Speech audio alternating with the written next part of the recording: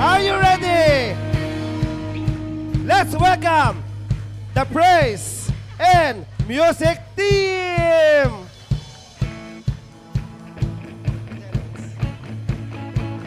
Just say, let everything that has breath praise the Lord. Praise the Lord. Come on. Let everything that has breath praise the Lord. One more time. Praise the Lord. Let everything that has breath praise the Lord. Praise the Lord. Let everything that has breath praise the Lord. Praise the Lord. I'll praise in the valley. Praise on the mountain. I'll praise when I'm sure. Praise when I'm doubting. I'll praise when I'm conquered. Praise when surrounded. His praise is the water my enemies drowning. Let's sing. As long as I'm breathing, I've got a reason to praise the Lord. Oh, my soul. Praise the Lord. Oh, my soul. I'll praise when I'm feeling. Praise when I don't. I'll praise 'cause I know you're still in control. My praise is a weapon. It's more than a sound. My praise is the shout that brings Jericho down. Come on, sing. As long as I'm breathing, I've got a reason to praise the Lord. Oh, my soul. Praise the Lord. Oh, my soul. I won't be quiet. My God is alive. How could I keep it inside? Praise the Lord. Oh, my soul. Come on, church. Come on, put your hands up.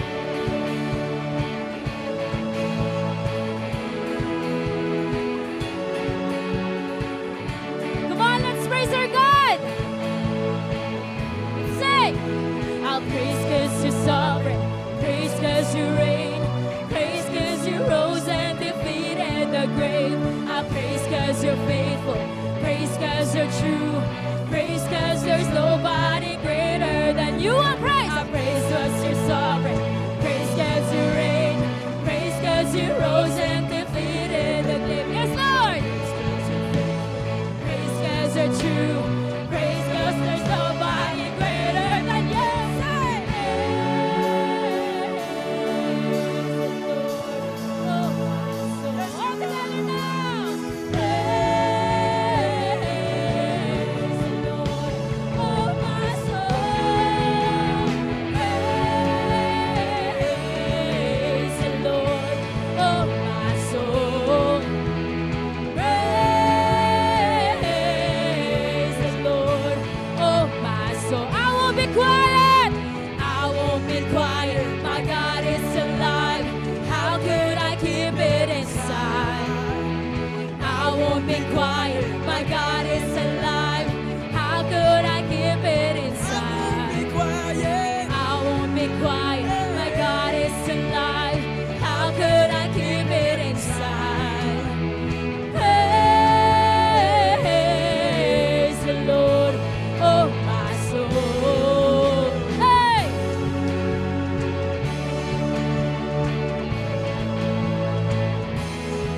Thank you, Lord.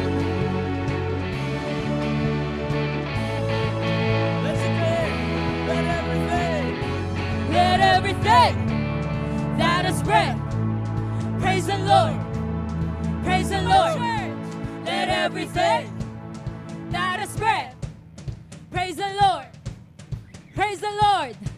Let everything that is breath praise the Lord. Praise the Lord. Let everything breath. Praise the Lord. Praise the Lord. Hallelujah. Let us praise the Lord. Come on, church. Oh, Jesus. Come on, let's continue to praise our God. And 1, 2, 3, go.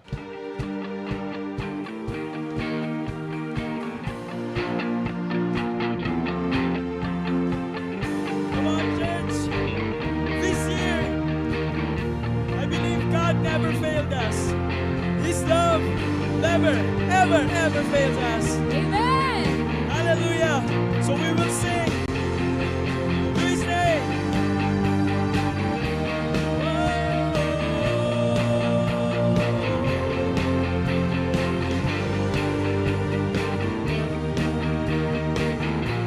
We'll sing nothing can separate. Nothing Can't separate. Even if we run away, your love never fails.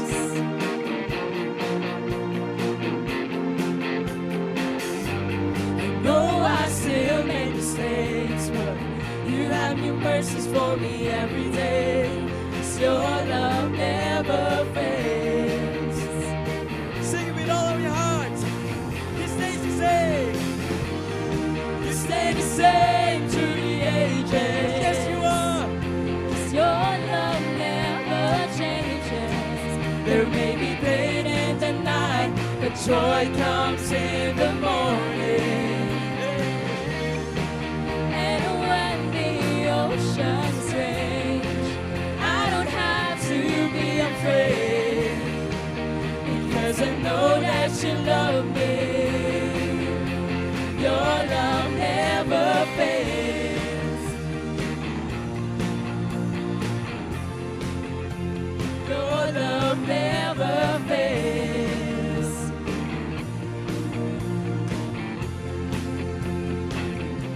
Sing.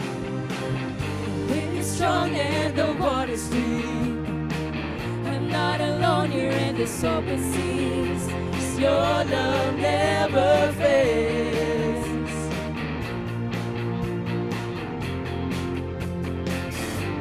The chasm is far too wide. I never thought I'd reach the other side. 'Cause your love never fails. You stay the same. You stay the same to the ages. 'Cause your love never changes. There may be pain in the night, but joy comes in the morning. Yes, Lord. And when the oceans rage, I don't have to be afraid. Because I know that you love me. Your love never fails. Your love never fails.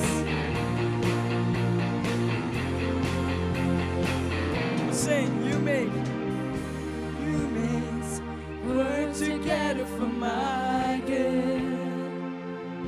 This word is You true. make all things work together for my good. This year, God has proven you make all things work together for my good. Come on, church, let's declare this. You make all things work together for my good. Let's declare. You make all things work together for my good. Yes, Lord. You make all things work together for my good. He stayed the same. You stay the same to the ages. 'Cause your love never changes. There may be pain in the night, but joy comes in the morning. And when the oceans rage, I don't have to be afraid. Because I know that you love me. Come on, sing with all your heart. Your love never You stay the same through the ages. Come on, church. Yes. Your love never changes. But joy comes in the morning.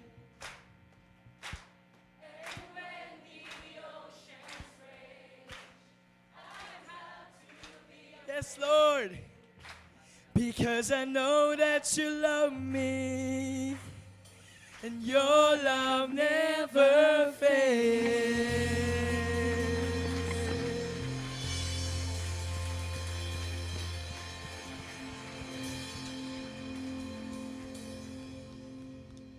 Hallelujah, Jesus. Thank you so much, Lord.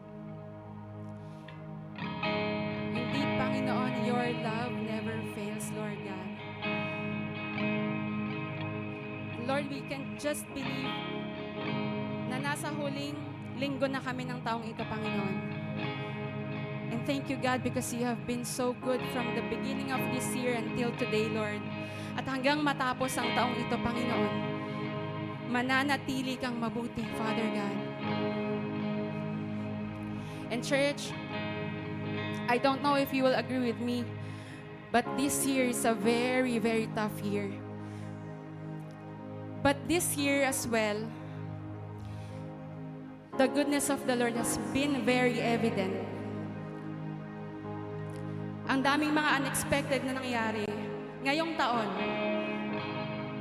na inalaw ni Lord na mangyari sa atin, either good or bad.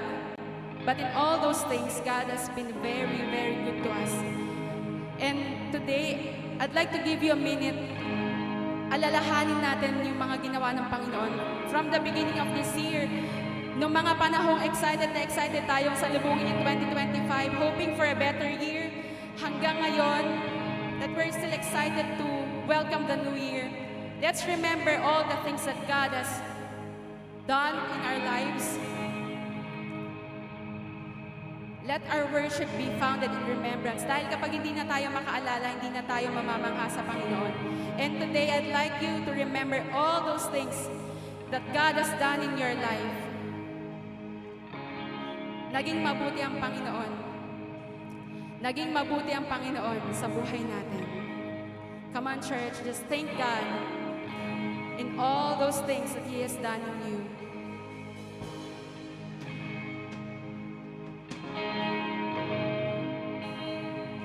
Just thank God in His goodness. Worship Him in His goodness.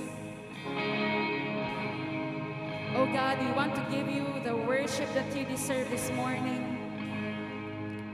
We want to give our best for the last time this year, Lord, for you deserve it. Thank you, Jesus. We honor your name in this place. Come on, church, let's worship our very, very good Lord. Sing with us. Let's give our hearts to the Lord this morning. Let's sing together. I love you, Lord. Oh, your mercy never fails me. All my days I've been held in your hands.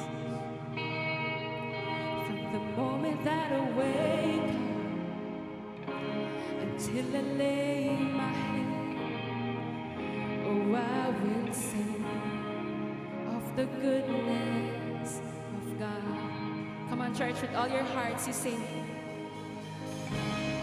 All my life you have been faithful. All my life you have been so, so good. Every breath that I have made, oh, I will sing of the goodness of God. I love your voice. You have led me through the fire, and in darkest nights, you are close like no other. I've known you as a father.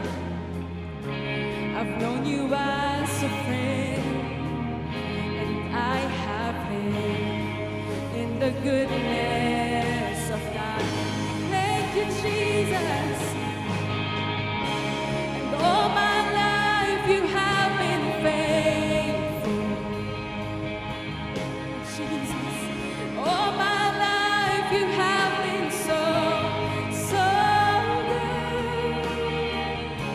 With every breath that I am able, oh, I will sing of the goodness of God.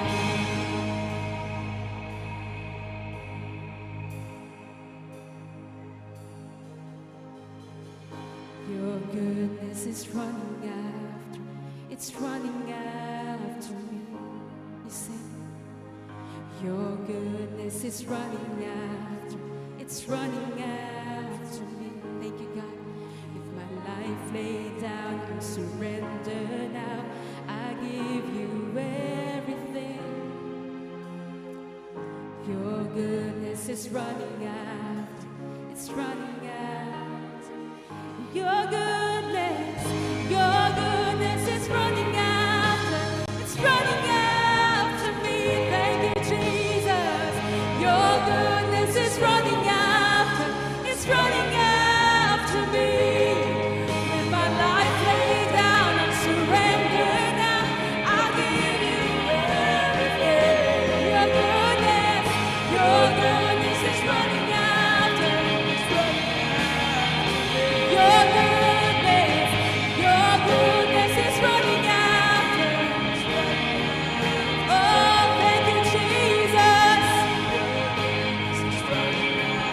It keeps running after us, Lord. Thank you, God. With my life laid down, surrender now. Your goodness is running after me.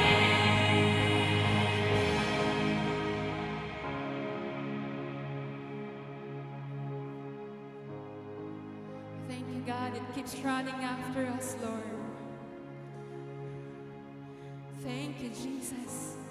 Your goodness keeps running after us, Lord. Your love keeps pursuing us, Jesus. And we thank you so much, Lord. We thank you very much, God.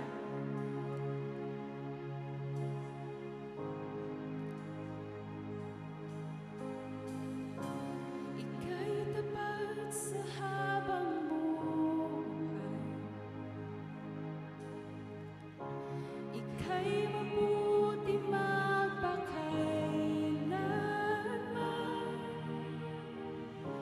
Hanggat ako'y nabubuhay, aawitin ko ang kabutihan ng Diyos. Minsan pa. Ika'y tapat sa habang buhay. Ika'y mabuti magpakailanman. Hanggat ako ay nabubuhay, aawitin ko ang kabutihan ng Diyos. Aawitin ko ang kabutihan ng Diyos. Aawitin ko ang kabutihan ng Diyos. Come on, church. Let's worship our very good God. Come on, make your clap louder. Give Him praise, give Him worship.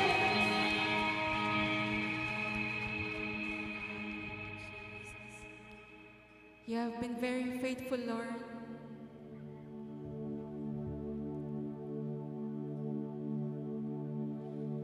And your beauty is beyond description, Jesus. We just want to give you our all today, all our hearts in worship, all our minds in adoration of your glory.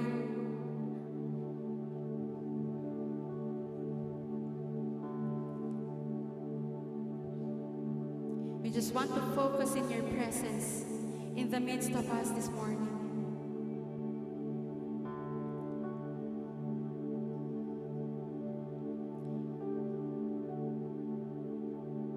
Ikaw ang dahilan ng lahat ng ito, Panginoon.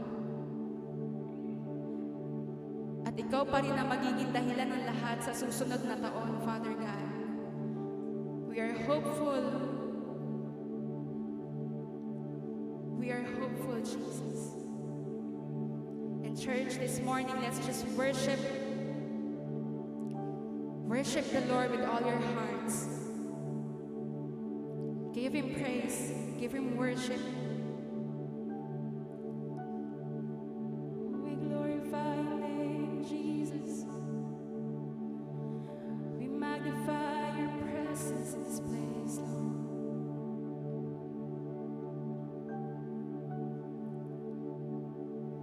You are the Word at the beginning, one with God, the Lord Most High.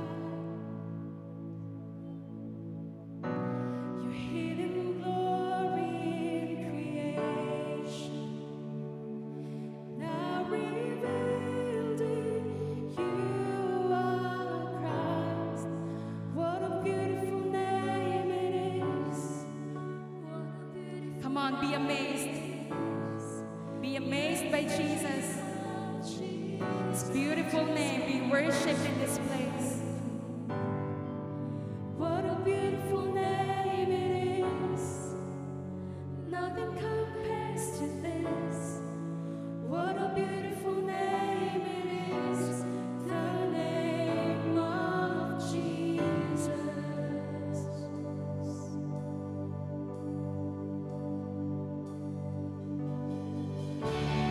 Didn't want heaven without us, so Jesus, you brought heaven down. My sin was great, your love was greater. What could separate us now? What a wonderful name it is. What a wonderful name it is. The name of Jesus Christ, my King. What a wonderful name it is. Nothing compares to this. What a wonderful name it is. The name of Jesus. What a wonderful name it is. The name of Jesus. May I invite everyone to please raise your hand to the heavens as a sign of our surrender to the beautiful and wonderful name of our Lord Jesus Christ. Come on, church. Sing your praises to the Lord. Sing your hearts in worship. Sing your hearts in amazement to the Holy, Holy, Holy One. To our healer, to our sustainer, to our provider. Jesus, oh Jesus, we worship you. There's no one like you, Lord. Come on, church, sing with me. Death could not hold you. Come on, church, make it louder. Let's shake the heavens with our worship this morning. Come on, let's join the angels in worship. Hallelujah. Heavens are roaring the praise of your glory. For you are raised to life.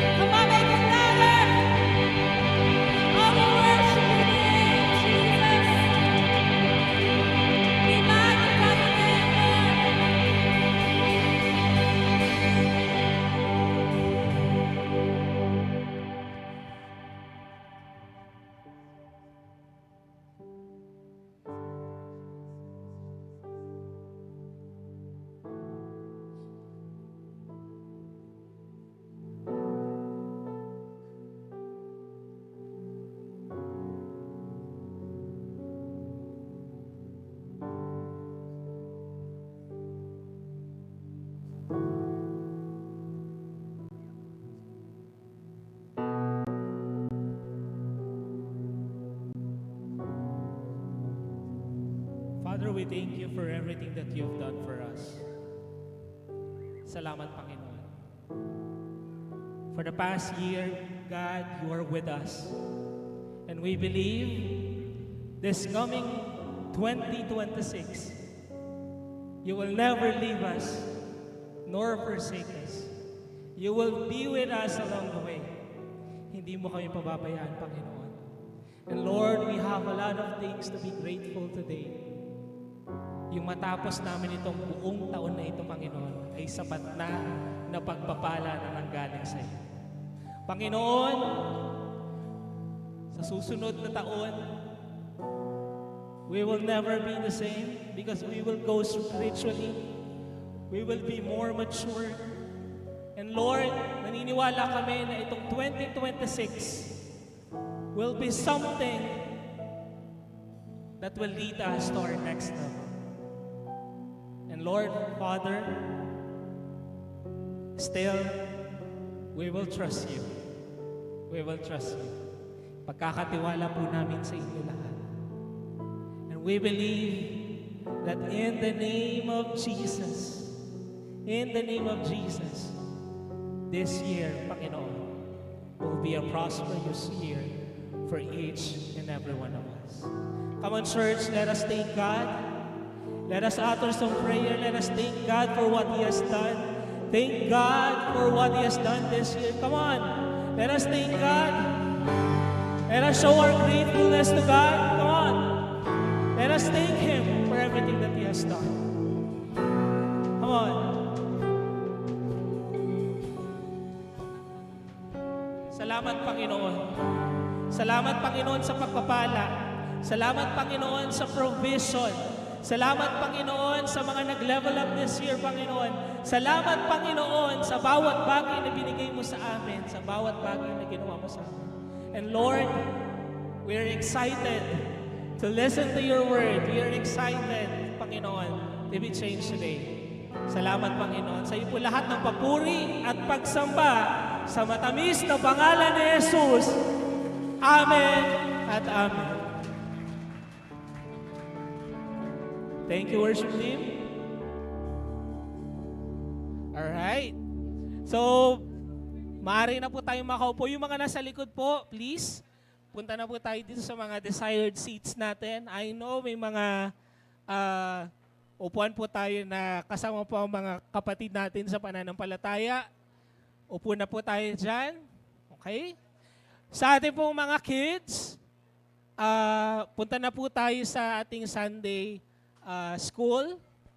So, mga magulang po, Hello? Ayan, pakilid na lang po yung mga kids natin sa likod, mga parents po natin. Ayan.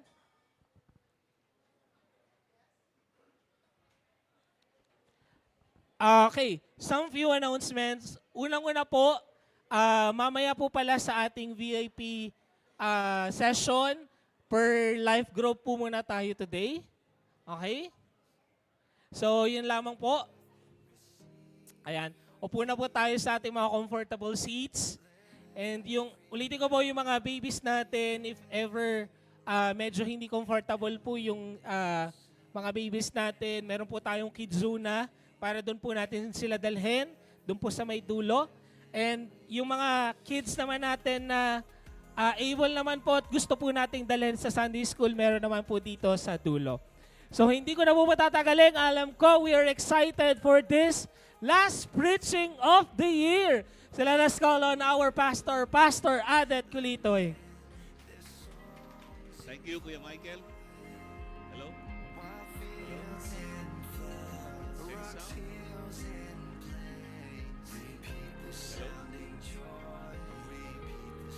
Hello?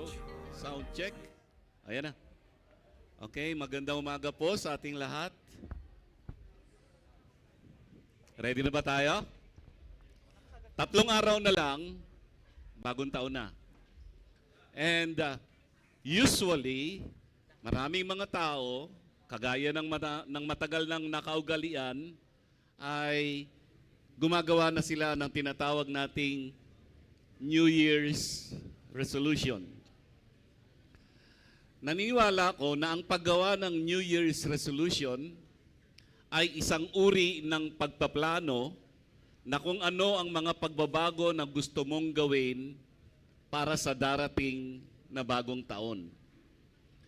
Kaya lang, dito sa ating bagong series, entering your new season, specifically HPCI Season 5, ay nagpe-present ako sa ating lahat ng mga o ng isang proseso na kung saan ay naniniwala ko na kapag ito ay ating ginawa, anumang season ang papasukin natin, for example, balak mo na mag-asawa, for example, parents na kayo ngayon, for example, papasok ka na ng trabaho, for example, magiging senior citizen ka na, for example, lilipat na tayo sa kabila next year, Lord willing. Ibig sabihin, merong certain process na ibig kong maunawaan natin na kung saan kapag ito ay ating sinunod, I do believe kahit may mga difficulties, kahit may mga challenges, kahit may mga problemang harapin, makakarating tayo sa bagong kabanata ng ating buhay, nananagana at nagtatagumpay dahil sa ating Panginoon. Ngayon ay huling linggo ng buwan ng taong 2025 at ibig kong ituloy natin ang ating series na sinimulan natin nung unang linggo ng December, tinuloy natin ng second Sunday ng December at kinat muna natin last Sunday para to give way sa Christmas message. And this morning, itutuloy na po natin ito. Matatapos itong series natin until the last Sunday of January 2026. So ano ba itong pag-uusapan natin? Pag-usapan natin ngayong umaga, HPCI, North Caloocan, Season 5. At ngayon po ay part 3 na tayo ng ating series at ang title ng ating series ay Prepare and Plan. At para masundan natin yan, naniniwala ko na it is but fitting and proper na very quickly balikan natin yung mga naunang pinag-usapan natin patungkol sa series na ito. So ano-ano yan? Nung part 1, pinag-usapan natin purge and purify. Ano ang ibig sabihin yan? Kung gusto mong managana at magtagumpay sa bagong kabanata ng iyong buhay. At 2026, definitely, bagong kabanata yan ng ating buhay, mag-uumpisa tayo palagi sa pag-aayos ng ating buhay. Ibig sabihin, kung may mga lihim na kasalanan, kung may mga habitual sins na hindi mo ma-overcome, I do believe as you enter your new season in life, we have to begin with purge and purify. Ibig sabihin, self-reflection, ano ba ang mga bagay-bagay, ano ba ang kasalanan na pipigil sa akin para pagdating ko sa bagong season ay hindi ako mananagana at hindi ako magtatagumpay. Maglilinis muna tayo. At kung maunawaan ninyo at kung maalala ninyo, itong pag-aayos ng buhay natin is until the day that we die. It's an everyday process. Lagi tayong may aayusin. Now, part 2. Kapag tayo ay nag-aayos na ng mga dapat ayusin sa ating buhay, napansin nyo ba, lumilinaw yung ating isip. Nagkakaroon tayo ng tamang posture at perspective. And if you will remember, regarding perspective, merong apat na pananaw na dapat maunawaan natin dahil nag-aayos tayo o inaayos natin ang ating buhay. Ano yun? Tingin sa nakaraan, dapat matuto ka na sa mga kamalian ng kahapon. Unawain ang kasalukuyan. Hindsight, insight. Anticipating the future, foresight, and then oversight, magtitiwala tayo sa gabay at patnubay ng Panginoon. Now, tingnan nyo itong mabuti. Pag hindi ka nag-ayos, na siyang pasimula ng prosesong ito, papasok sa bagong kabanata ng iyong buhay, magulo isip mo. Magulo yung tatanawin mo. Pero pag nag-ayos tayo, lumilinaw ang ating mga isipan. At kapag malinaw na ang ating isipan, meron na tayong tamang pananaw, past, present, future, and God's oversight, then I do believe process number 3 is we prepare and plan. Malinaw na isip mo eh. E di makakagawa ka na ng plano at mayahanda mo ang iyong sarili. So ngayong umaga, part 3 ng ating series, let's talk about prepare and plan. At ang ating key verse ay matatagpuan sa Proverbs chapter 16 verse 3. Etong sabi, commit your works to the Lord and your plans will be established. Now, gusto kong maunawaan natin, the book of Proverbs is a wisdom literature. Ibig sabihin, ang mga nakalagay po dyan ay pagtuturo ng mga prinsipyo sa buhay para maging wais tayo. Why? Kasi alam naman natin, ang ating buhay ay laging may mga decision makings. At totoo ba na mayroong mga panahon sa ating buhay, gumawa tayo ng mga maling choices, maling decision, and we suffer the consequences. However, the book of Proverbs ay nagbibigay sa atin ng mga panuntunan sa buhay how to make the right choices in life. At tuwing tayo'y gumagawa ng mga tamang choices, nagiging wais tayo. So, tingnan nyo mabuti yung verse na yan. Dati, pag hindi mo pa alam ang verse na yan, ang pwedeng nasa isip mo, commit your plans to the Lord and your works will be established. Diba? May ganong thinking. Magbabagong taon na. Magpaplano ko at pag ang aking mga plano ipinagkatiwala ko sa Panginoon, lahat ng aking gagawin ay magiging ayos. Hindi ganon ang pagkasabi. Ang sabi ng verse 3 ng chapter 16 ng Proverbs, ibibigay mo sa Panginoon lahat ng galawan mo, lahat ng decisions mo, lahat ng mga choices mo, whether good or bad, and then yung plinano mo will come to pass. Nakita ba natin yung ganon? So, ibig sabihin, gagawa ka ng plano. Pero yung execution ng plano mo, dapat ibibigay mo sa Panginoon.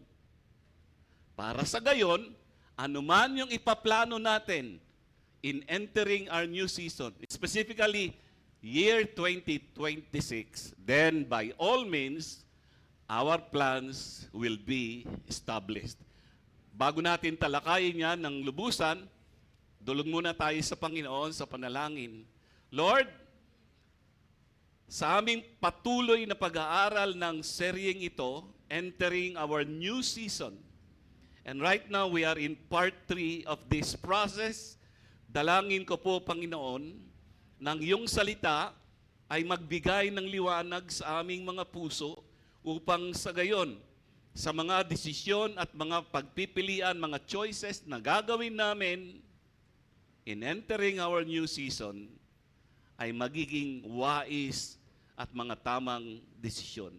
Pagpalain mo po ang iyong mga salita sa aming mga puso, kasama po ang mga kasama namin online, pero lalong-lalo na kami po na naririto sa gusaling ito. Pinagpala mo na po kami, Panginoon, sa ngalan ni Jesus. Amen. Merong ilang salita dyan, thank you, anak. Merong ilang salita dyan na gusto kong pag-aralan muna natin bago natin siya himayin. So, tingnan natin yung ilang mga salita na yan. 4 yan actually. Ang unang salita ay commit. Okay? The word commit is galal in Hebrew, nang ibig sabihin to roll away or to roll over. A burden, to roll over a burden, and trusting it to someone who is stronger than you. So ano sinasabi ng Proverbs 16:3?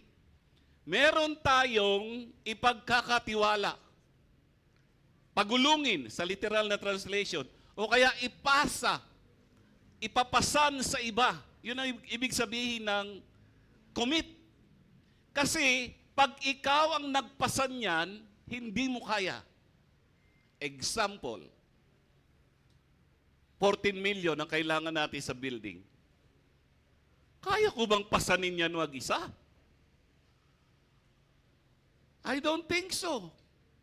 Kahit ibenta ko pa ang aking isang bato at sasamahan ako ni Jerwin, kulang pa rin. So ibig sabihin, I would like to assume at this point in time, may mga ginagawa na kayong plano o may ginawa na kayong plano ng kasal, anong gagawin mo sa anak mo, anong career path ang gusto mo, saan ka mag-aaral. Pag nag-senior ka, anong gagawin mo sa lump sum na makukuha mo sa SS, kung naghulog ka sa SS.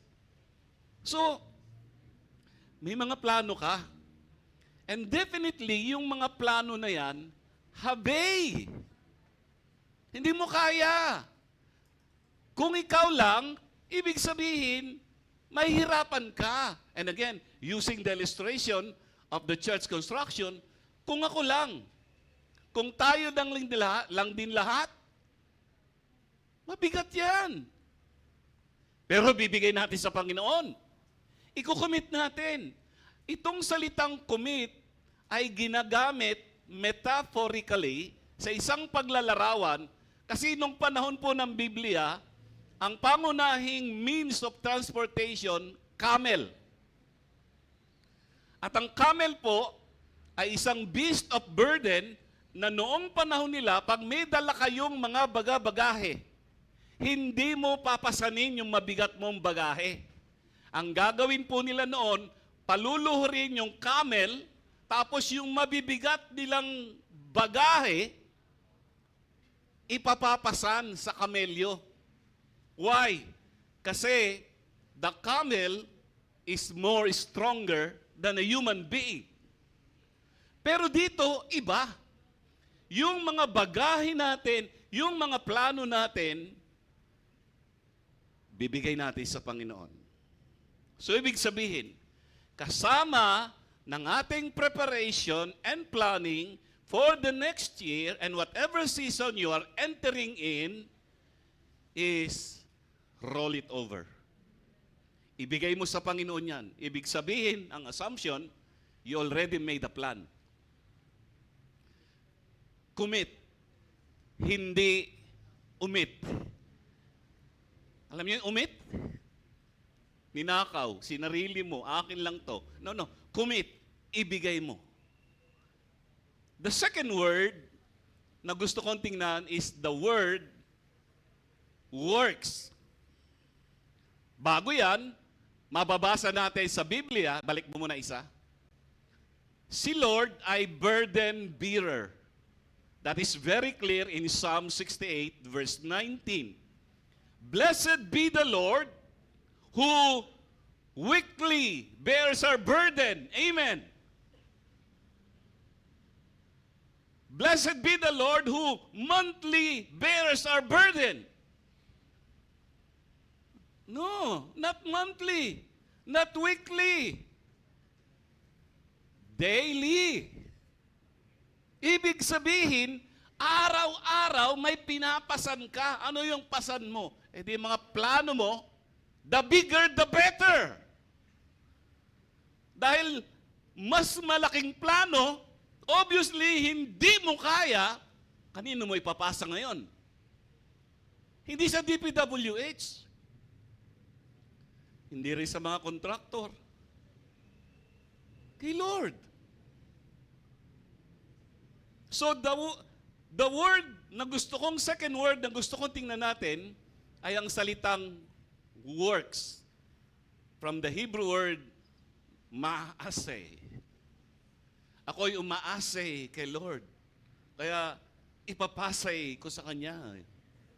Dahil ang aking pasan ay habay. Basically means an action, whether good or bad. It could also refer to an activity, business, product, occupation, or work. Ano ibig sabihin ng salitang works?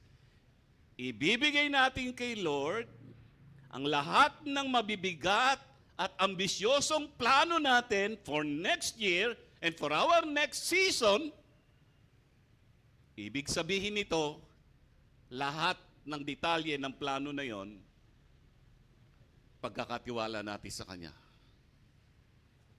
The third word is plan. The word plans is makaas haba. Is used to refer to one's purpose, thoughts, imaginations, or intentions. Marahil alam naman nating lahat na lahat ng ating nakikita ngayon ng ating mga mata ay second creation. Ano ibig kong sabihin? Nasa aking kanan ang puting electric guitar. Second creation. Saan siya unang ginawa? Dito. Tama? Dahil unang na-conceive dito, eto siya. Second creation. This pulpit is second creation. Uno siyang na-conceive dito. Ang tawag natin dyan, plano. So, ibibigay natin kay Lord ang lahat ng mga imposible, ambisyoso, malalaking plano natin sa buhay, kasama ang simbahan sa pamilya ninyo, kasi naunawa natin na napakahalaga na nagpaplano tayo. Alam nyo ba, ang kakayahang magplano ay bahagi ng disenyo ng Diyos sa atin. Why? Because God is a God of plan. For I know the plans I have for you, says the Lord. At dahil ang Diyos may plano, dapat marunong tayo magplano. So ibig sabihin, kung nagbabala kayo magpakasal na next year, ano plano nyo? Dapat pinag-uusapan nyo na yan. And finally, the word established. The word established is from the Hebrew word kun. Ang ibig sabihin, firmly established, fixed, securely determined, prepared, directed right, arranged, and settled. It also conveys a sense of security and permanence. Ito ibig sabihin ng Proverbs 16:3. Gumawa ka ng malalaki, ambisyoso, imposibleng plano. Ipapasan mo kay Lord dahil hindi mo kaya. Pero dapat lahat ng iyong gagawin siguraduhin mo na wais ang decision mo, wais ang choices mo, upang sa gayon, ang dulo nito, yung ginawa mong plano, ay magkakaroon ng katuparan, makikita ng iyong mata, mahawakan ng iyong kamay, malalakaran ng iyong paa. So, kung hindi pa po kayo nakakapagplano, meron pa kayong 3 araw para gawin yan. At ang panalangin ko ngayong umaga ay makatulong po ang ating pag-uusapan ngayon, part 3 ng ating series, Entering Your New Season. So, 3 bagay, basic na mga bagay na gusto kong makita, maunawaan at isagawa natin ang pagpaplano para po sa ating buhay. 3 areas po. Very basic, pero hirap tayong lahat. Kasama ako. Napansin nyo, kung ano yung basic, ano ang hirap? Example, basic ba na maligo araw-araw? Ba't di ka naligo ngayon? Lamig! Gusto niyong malaman kung naligo yung katabi niyo o hindi? Hawakan mo yung batok. Pag mainit, hindi yan naligo.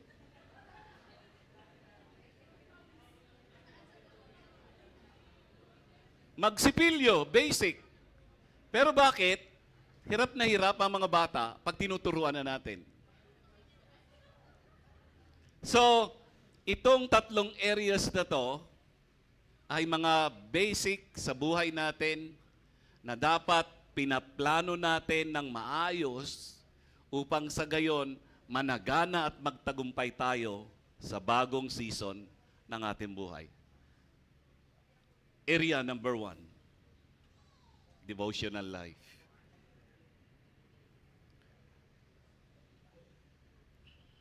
Dads, mag-check na ba uli ng mga notebook? I will not recommend that. Sabi po ng Psalm 37 verse 4, one thing, not many things, one thing I ask from the Lord, this only do I seek. One thing na, only pa. And what is that? That I may dwell in the house of the Lord, meaning presence of God, once a week, once a month, once a year? No. All the days of my life. 365 days in a year. For what?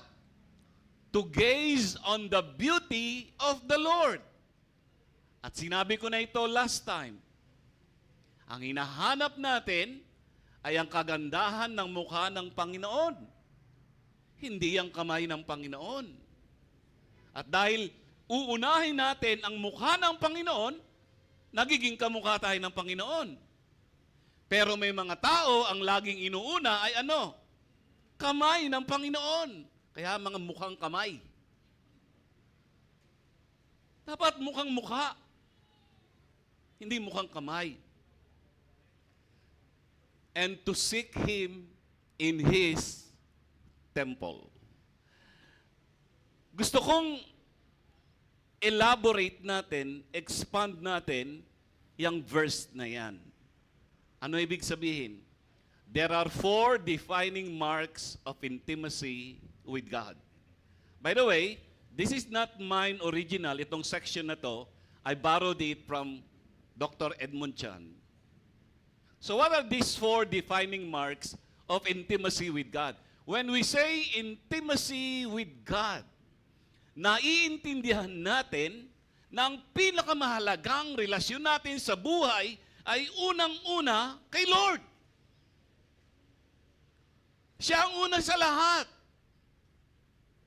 At dito gusto kong maunawaan natin, pag sinabi nating devotional life, Kumusta ang pagiging una ni Lord sa buhay mo? Kumusta ang relasyon mo sa Panginoon? That's your devotional life. So what are these 4 defining marks of intimacy with God? Number 1 is intimacy as our one defining purpose in life. And what is that?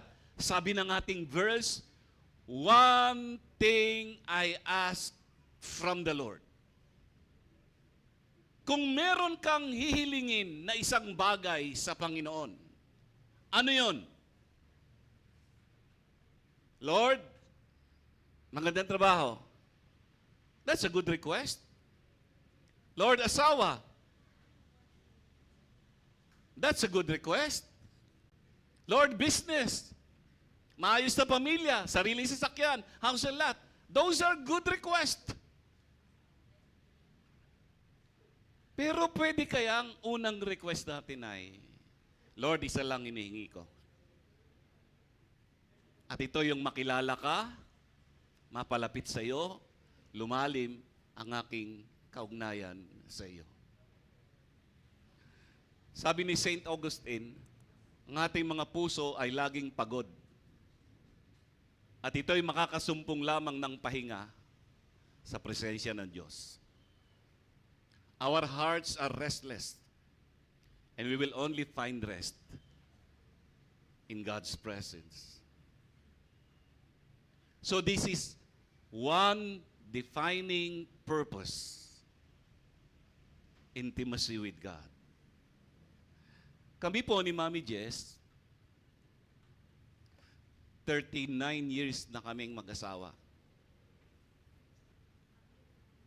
Next year, 39. In advance ko lang. Okay. Ang napansin ko po, based on our experience, dahil we're so intimate, may mga galawan kami na magtitinginan na lang kami, nagkakaintindihan kami. In fact, meron pong mga mag-asawa, sa tagal ng kanilang pagiging mag-asawa, nagiging magkamukha sila. That's intimacy. Ibig pong sabihin ganito, bilang mga tagasunod ni Kristo, planuhin natin, sadyain natin, gawin natin ang lahat ng ating magagawa na sa pagpasok natin ng bagong season, magiging close ulit tayo kay Lord. Magiging malapit ulit tayo sa Kanya. Magiging intimate na ulit tayo sa Kanya. Why? Because intimacy with God is our defining purpose in life. One thing I ask from the Lord. Secondly, intimacy as our one defining pursuit in life. So, pag naunawaan natin na kailangan planuhin natin ang ating devotional life, nakikita natin na ito yung pinakamatinding layunin ng ating buhay at ito dapat ang pinakamatinding hinahanap natin sa buhay. This only do I seek. Kapareho po yan ng Matthew 6:33. But seek ye first the kingdom of God and His righteousness, and all of these things shall be added unto you. Ibig sabihin, tuwing inuuna natin ang Diyos, hindi tayo mahuhuli.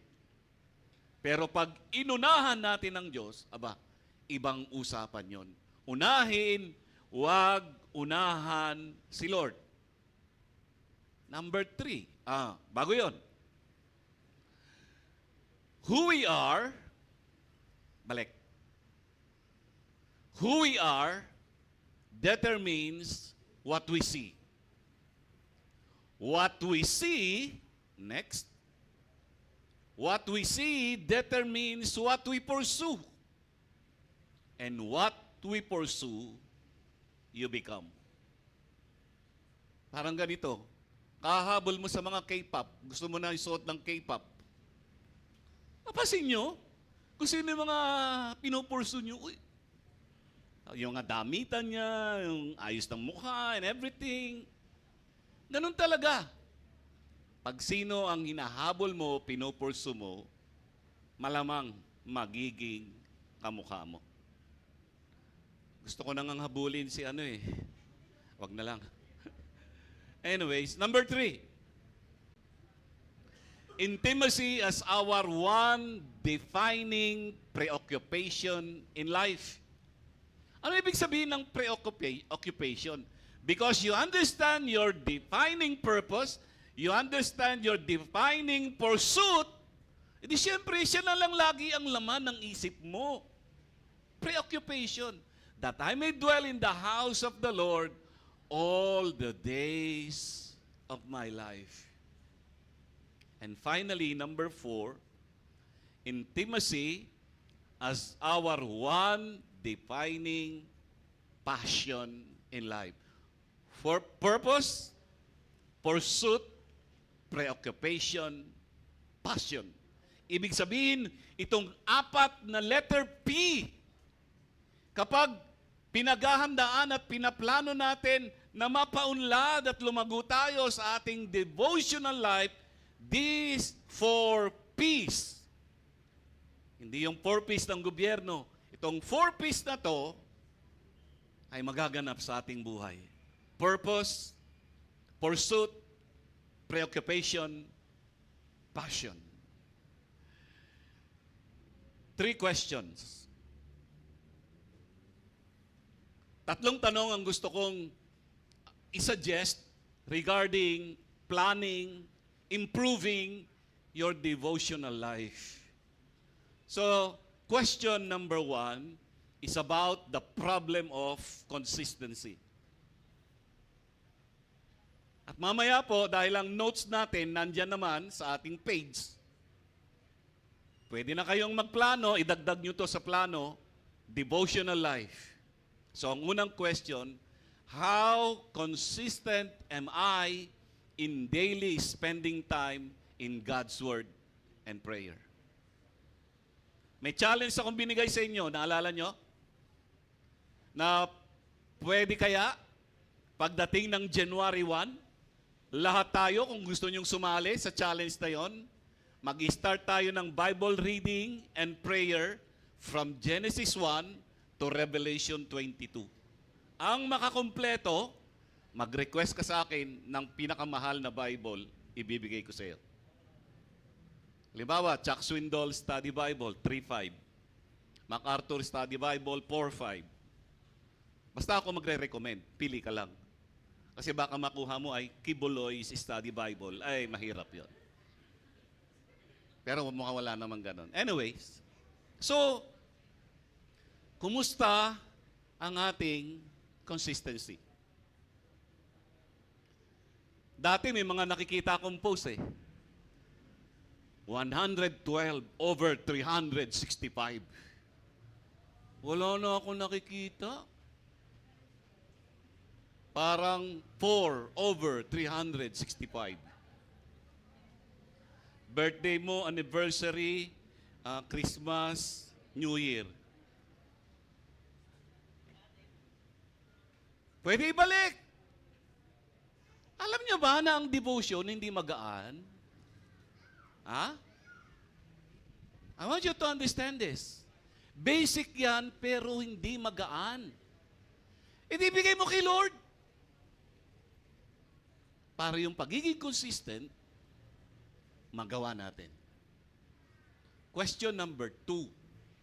This is about the purpose of transformation. Do I let Scripture shape my thoughts, decisions, and relationships? Habang ginagawa ko po ito, parang ayoko isama tong number 2.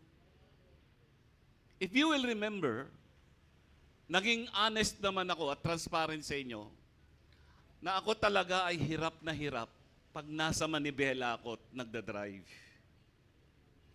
Ang aking difficulty, hindi yung pagmamaneho, kundi yung mga kasabayan ko sa kalsada. At aminin ko sa inyo, maraming beses nagtatalo kaming mag-asawa, nire-review ako ng aking bunso pag nagdadrive ako kasi inaharang ko yung mga nakamotor na nag-counterflow. Kahit sino mag-counterflow. Pag nakita ko may nag-overtake sa solid yellow line, binubusinahan ko. And then as I was doing this, nagkaroon ako ng self-reflection. Lord, bakit very impatient ako sa mga kamoting ito?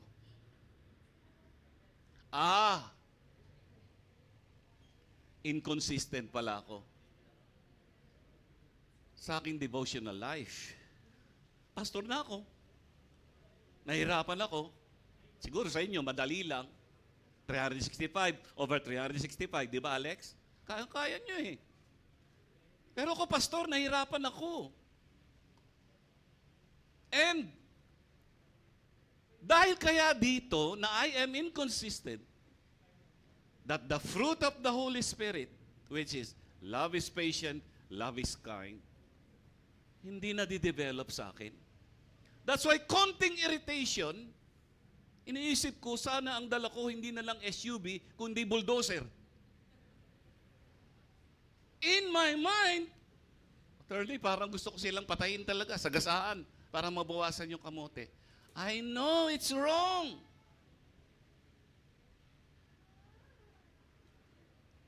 At talaga po namang ako'y nananalangin sa Panginoon, Lord, tulungan mo naman ako. Laki ng problema ko. Baka naman next year, o bago mag-next year, magiging considerate ako and kind and mahabang pasensya. Salamat sa asawa kong nag-iisang tagahangak. Alam niya kasi, nagtatalo po talaga kami. At alam niyo ba, atin lang to merong isang pagkakataon, gusto ko siyang ibaba. Dahil kinokontra niya ako. Iiwan kita dyan, bahala ka sa buhay mo. Pero hindi ko pwedeng gawin. Kawawa ako pag uwi ko ng bahay. Baka pag ginawa ko yon, magising na lang ako, nasa ICU na ako. Kaya hindi ko ginawa. Kidding aside, I don't know what specific area or areas in your life that needs to be transformed. And I do believe this purpose of transformation will be established by improving our devotional life. Hindi ko alam ang sa inyo. Pero ko alam ko. So, minemorize ko na uli yung Proverbs 19:11. The discretion of a man makes him slow to anger, and it is to his glory to overlook an offense. Ang huling salita ni Mami Jess sa akin, last Friday, kaya na-offend sa'yo yung mga nakamotor kasi ganyan ginagawa mo.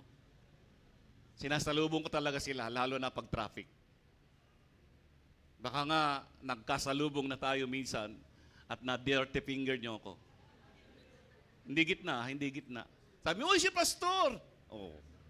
Kaya, clean finger pala, clean. So that's question. Reflect. Hinahayaan ba natin na ang salita ng Diyos ang humubog sa ating mga isip, desisyon, at mga relationship? And question number 3, the primacy of intimacy. Am I prioritizing intimacy with God above other priorities? Anong una mong hinahawakan pag gising mo sa umaga? Sipilyo? Suklay? Pare-pareho tayo. Cellphone. Masama bang tingnan sa paggising sa umaga ang cellphone? Depende kung anong tinitingnan mo.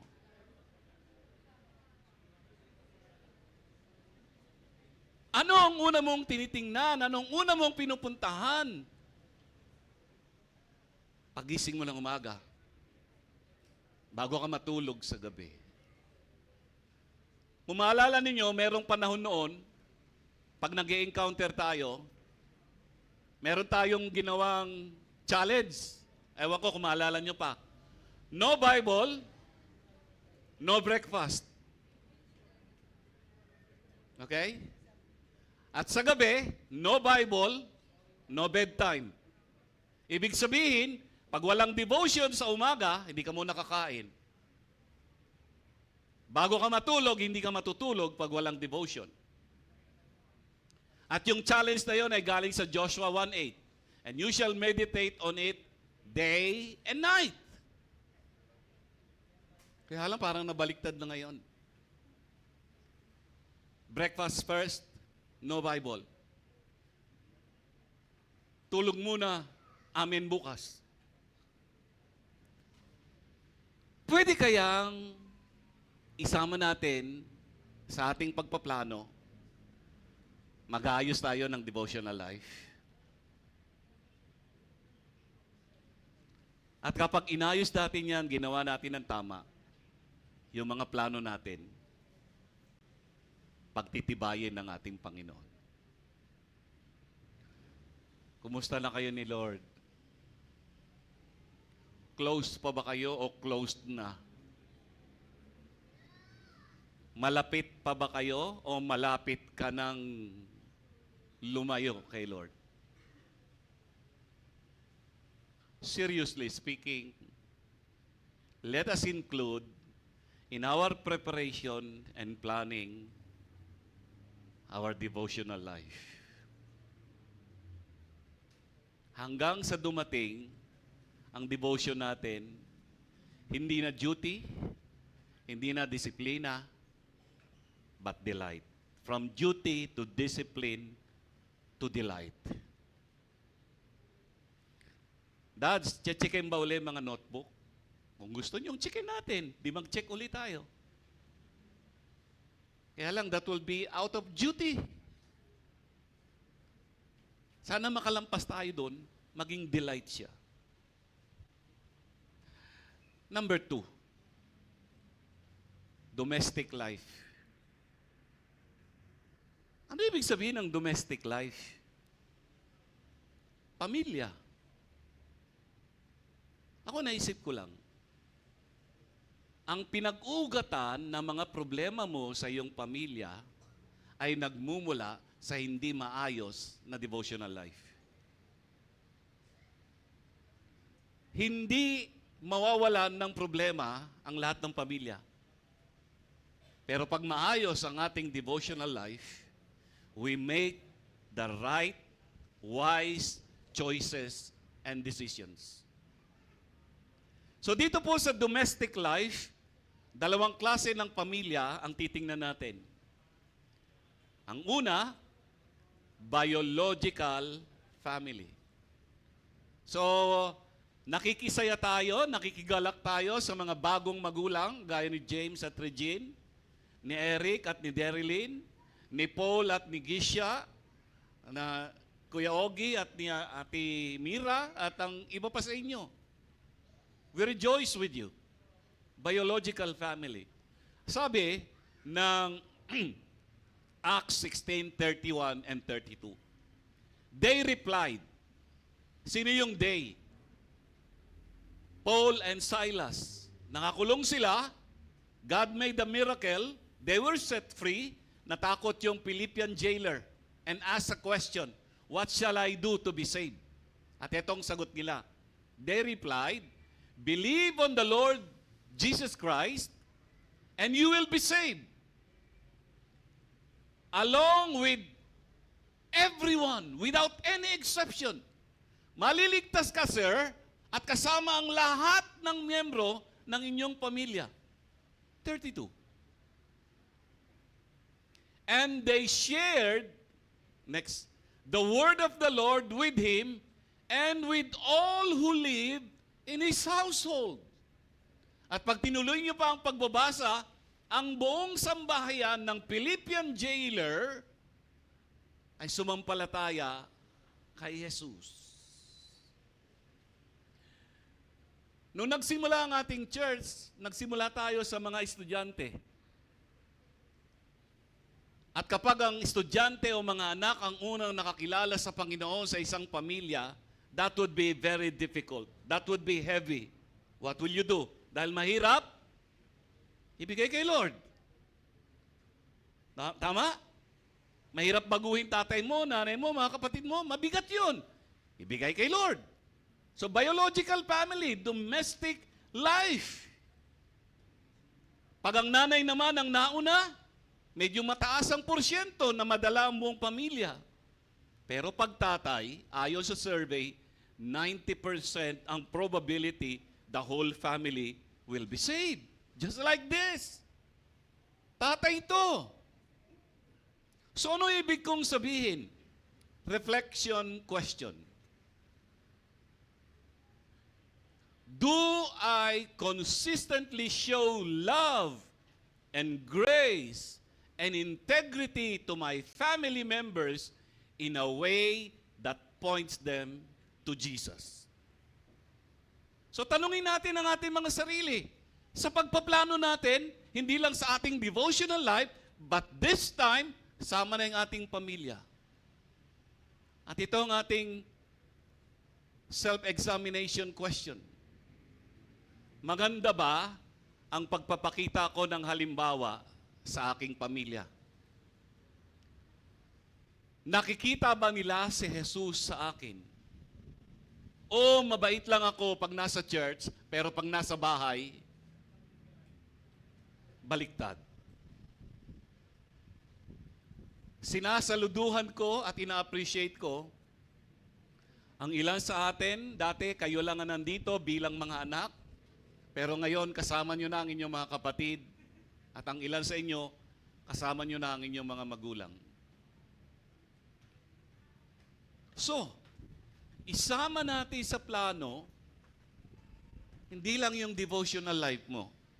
Isama mo sa iyong plano at paghahanda, sa iyong new season, yung pamilya mo. At ito yung tanong mo sa sarili mo. Para makatulong, magsasuggest ako ng 3 practical plans. Number 1, pray intentionally. Kung meron kang journal, isulat mo dyan sa journal yung pangalan ng members ng inyong family, tatay mo, nanay mo, kapatid mo, o kung sino man nakasama sa bahay, except yung pusa at mga aso. Pray for them. When was the last time pinag-pray mo ang parents mo, kapatid mo? So pray intentionally, pray daily for each family member's salvation. Alam nyo, natutunan ko rito, pag meron kang member ng family na hindi mo gustong ugali, ipag-pray mo, baguhin ni Lord yung ugali niya. Pero alam nyo ano gagawin ni Lord? Hindi siya ang babaguhin. Ikaw na nagpipray para mabago yung ugali niya. Para pag nakita ng kapatid mo na hindi mo gusto ugali, pero nagbabago ugali mo, pwede siya makumbinse sa katotohanan ni Jesus sa iyong buhay. Lista mo yung pangalan. And then during your devotion, pray for them. Gaano katagal? Daily. Hanggang sumagot ang Panginoon. Alam nyo, hindi madali na ipanalangin yung mga unsaved family members. Mabigat yan. That's why ang sabi ng Proverbs 16:3, commit. Ipasa natin kay Lord. At siya na ang bahalang gumawa kung paano maliligtas ang mahal mo sa buhay. Plan number 2, show kindness. Do one loving act per week for a family member, noting the response. Naalala ko si Alex, anak, gamitin kita example ha. nung siya ay nakagraduate na, at sinasabi ko naman to sa lahat ng gumagraduate sa atin sa college at may trabaho na, anak, ilabas mo ang parents mo. Pag may budget ka na at kaya mong dalhin sa mga lugar na gusto nilang marating pero hindi nila napuntahan, dalhin mo sila doon. At ginawa ni Alex. At ginagawa ng ilan sa inyo. One time, gustong yayain ni Alex ang kanyang parents, buhay pa yung tatay niya, papakainin sa labas. Ang sagot ng parents mo, perahin mo na lang. Usually, ganun naman talaga eh. Pero alam niyo kung anong ginawa ni Alex, kung tama aking recollection, binigyan niya na ng pera, pinakain niya pa sa labas. Kasi tama-tama may dumaang magbabalot sa labas, bumili kayo. Kumain sa labas, ginawa niya. At yun naman ang pinapayo ko sa inyo. Kapag kayo'y nakagraduate na, nasa new season kayo ng inyong buhay, honor your parents. Honor them, please. Not for their sakes, but for your sake. Para sa inyo. So, hindi pa tapos ang taon. Anong kabutihan ang pwede mong gawin sa iyong family member bago matapos ang taong ito? Tingnan mo kung anong response. Tingnan mo. You will be amazed. Actually, may ginawa tayong strategy noon, naisip ko lang bigla. Nakakatawa tong strategy, pero I think sinubukan din yata ni Alex. Sorry Alex, ikaw na lang bida rito. Ano yon? Usually, ang parents ayaw sumama sa church pag linggo. Ang challenge ko kay Alex, sabihin mo, pa, bigyan kita 500, sama ka sa church. Ma, bigyan kita 500, sama ka sa church. Siyempre, sasama yun. So, every Sunday, 500, 500, 500.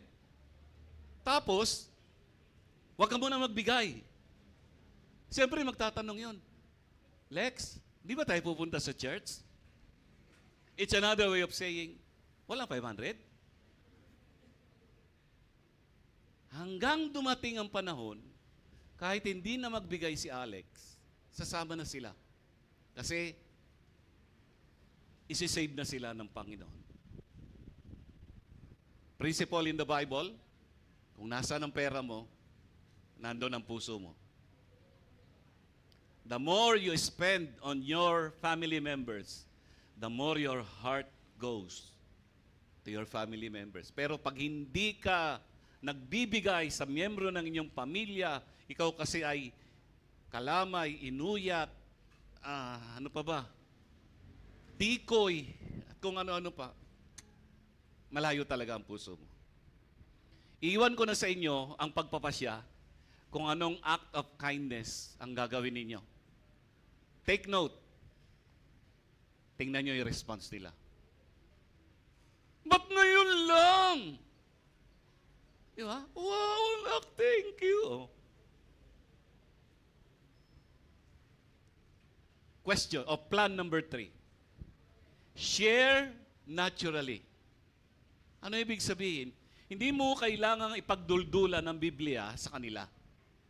Ibig sabihin yan, share a personal testimony of God's work in you when a natural moment arises.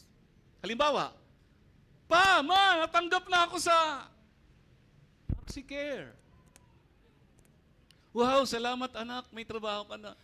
Kundi po dahil sa Panginoon, hindi talaga ako matatanggap sa MaxiCare. Alam niyo, Mama, mula nang you share the gospel through that opportunity. So, ano ang preparation at planning na paghahandaan natin, pagpaplanuhan natin prior to entering your new season? Your devotional life. And then, your domestic life. Your family. However, meron pa tayong pangalawang pamilya. That is spiritual family. Sabi ng Galatians 6, 9, and 10, so let's not get tired of doing what is good. At just the right time, we will reap a harvest of blessing if we don't give up. Stop muna. Nakaranas na ba kayo ng tinatawag na compassion fatigue? Ano yung compassion fatigue? Ito yung dahil ikaw ang may trabaho sa pamilya, lahat na lang ng tulong, lapit sa'yo. Nung una, masaya kang ginagawa yun.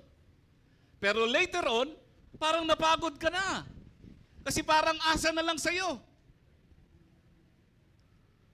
At nagsimula kang mag-withhold. Pero sabi ng Bible, huwag tayo mapagod sa paggawa ng mabuti.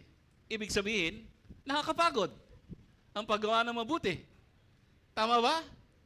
O hindi kayo napapagod? Nakakapagod yan. Mabigat yan. Kaya ano? Bigay natin kay Lord. So ang context, church. At alam naman natin, kahit anong simbahan, may relational problem. Pero hindi nangangahulugan, hindi tayo gagawa ng tama o mabuti sa bawat isa. At huwag tayong mapapagod. 10. Therefore, next verse. Therefore, whenever we have the opportunity, we should do good to everyone. Pero merong qualifier, especially to those in the house of faith. Sa mga nakakilala sa akin, parte ng disenyo ng Diyos sa akin ang maging mapagbigay. Okay? Madalas yung narinig sa akin, ang pera namin hawak ni Mami Jess kasi mahusay siyang humawak ng pera. Kasi ako, pag may hawak na pera, pamimigay ko talaga yan. And I am saying it seriously. Pero wag niyo akong tingnan ngayon ng ganyan. Wala na. Wala na talaga. And mula na magsimula ang church natin, consistent ako doon. I'm saying this, hindi para magyabang. Part ng design ng Diyos sa akin yun eh. Pero alam niyo ba, may mga time na parang napapagod akong magbigay o gumawa ng mabuti kasi parang unappreciated or whatever, para hindi gusto. Pero sabi ng Bible, tuloy lang. Lalong-lalo na sa mga kapatid sa mananampalataya. Kapatid sa Panginoon. So, here is a reflection question. Do my actions, next slide, do my actions and attitudes in the church reflect Christ's love and bring honor to God? Ang aking bang mga ganap, galawan at pinaggagawa sa simbahan ay nagsasalamin ng pag-ibig ng ating Panginoong Jesus. Para malaman mo yan, gusto kong mag-suggest uli ng 3 plano kung gusto mong kunin. Practical plans. Identify 1 to 2 people in the church to serve. Pray for this month and onwards. Pwede kaya natin gawin yon? I think pwede natin gawin yan. Mamaya, pwede mo nang gawin. Pwede mo lapitan, oh, kapatid, I am committing myself to pray for you for the whole year. Number 2, do a specific act of kindness. Example, serve in a ministry, send encouragement. So anong mabuting gawa ang pwede mong gawin ngayon para sa mga taong naririto? Ginagawa naman natin yan, pero meron pa tayong magagawa. And number 3, ask for feedback. How can I support you? Beautiful question. So isama natin sa plano natin yan para sa church. Isisingit ko lang po. Napansin ko, ang bilang ng mga estudyante sa atin ay kumukonti. Habang dumadami ang mga young professional. Binalikan ko yung ating original vision bago tayo nag-start ng HPCI, North Caloocan. What is that? Campus Ministry. Salamat sa Panginoon, yung mga nagsimula na estudyante, young pro na ngayon, stable na ang buhay ninyo at ang basa inyo gumagraduate. Pero nakita ko, mukhang na-overlook at nanineglect natin ang campus ministry. And because of that, ito po ang plano natin. I want you to pray with this plan. Una, hahanap tayo uli ng student center dito po sa Congress. Uupa tayo, gagamitin natin yan, tambayan ng mga estudyante ng UCC, ng high school. Gawa sila ng project dyan, basta may tao lang na magbabantay. At yan ang gagamitin nating strategy para mawin uli natin ang mga estudyante. Yan ay preparation natin bago matapos ang ating church. Kapag natapos na ang ating church, loobin ng Panginoon, iiwan na natin yung student center na yan, yung church natin, maglalagay tayo doon ng student center. Babalikan natin yung una nating pangitain at estratehiya, and that is campus ministry. Pangalawa, ibabalik natin ang icon. Para sa kaalaman ng mga hindi pamilyar sa icon, ang ating simbahan ay nagpaaral po ng ilang mga estudyante. At salamat sa Panginoon, marami-rami pong nakatapos. Ang ilan ay nandirito. At kung meron pong icon graduate dito, na hindi pa kayo nakausap ni Mami Jess, graduate na kayo please coordinate with Mami Jess.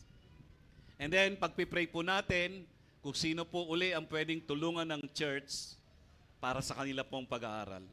Of course, may interview, may qualification, and many other things. Plus, may covenant po yan, may agreement. Bakit ko po sinasabi yan? Kasi, we are talking about preparation and planning.